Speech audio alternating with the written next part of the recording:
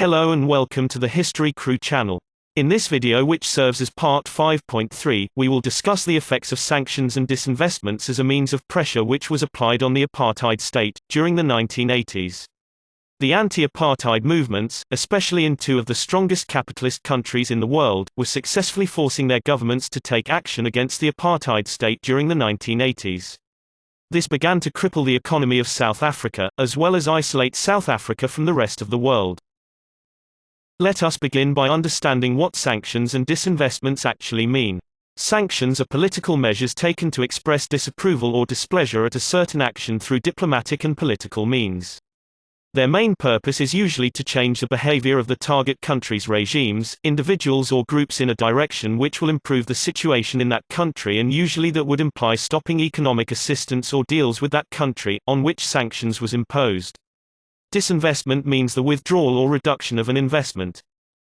During the 1980s, there was growing support for economic sanctions against South Africa, partly as a result of the influence which the ANC in exile was able to exert and the efforts of the anti-apartheid movements. Calls for sanctions by prominent South Africans, such as Archbishop Desmond Tutu, also played a part. The world's major governments began to listen and were forced into taking action, even if they were reluctant to do so. In the mid-1980s, even the U.S. Congress and American companies applied sanctions in order to apply economic and political pressure on the apartheid state. In 1986, the U.S. Congress passed the Comprehensive Anti-Apartheid Act, by which all new investments and loans to South Africa were banned. The South African Airways airline was not allowed to land at U.S. airports, and there was a ban on importing certain South African products into USA.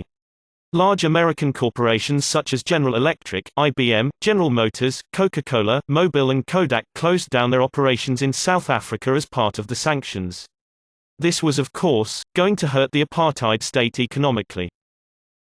Margaret Thatcher of Britain was opposed to sanctions, but after a meeting of the Commonwealth Nations 1985, in which many members called for sanctions, Britain was then forced to impose minor sanctions on South Africa.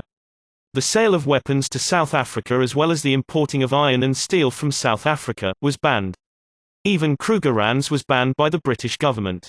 Sanctions by two of the world's major superpowers was effectively preventing money from entering South Africa. Many other nations were also doing the same, and this led to a sharp decline in the economy of South Africa. It is important to note that were countries who were already applying sanctions on South Africa before the USA and Britain did. During apartheid, many wealthy capitalist countries had actually set up businesses here, because of the cheap labor, abundant resources and weak trade unions. However, the anti-apartheid movements intensified pressure on their own governments during the 1980s, to withdraw their investments from South Africa.